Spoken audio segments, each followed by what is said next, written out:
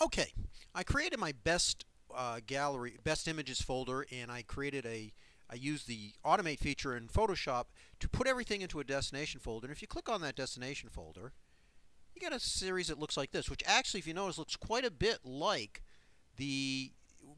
bit like the file structure in my final portfolio. Now let's have what happens when you click on thumbnails. You notice that the thumbnails, they've all been resized. That's one part of the frame. And then this guy over here, this shows you the entire web page.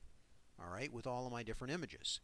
The beauty of that is what it did when it was automating that process. It created a whole bunch of images that were all the same size. I think these guys are all 300 pixels wide.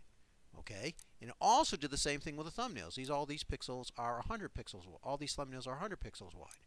Here's the beauty. I can take these guys right here, copy them, and I can cheat by using these images, which were already resized, in my portfolio. Okay, you notice there's a folder here that says images and one says thumbnails. When I go right click and I go paste, it's going to say, okay, well, do you want to put all these images into these folders? They're exactly the same. And I say, yes, I do. I want to put all of them in there.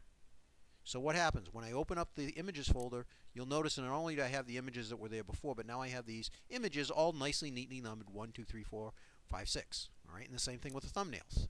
All right, that's going to become very, very, very important, because the next thing I'm going to be talking about is how you're going to be editing your JavaScript so that you can use these images. Okay, so just keep that in mind. That's where we're going with this.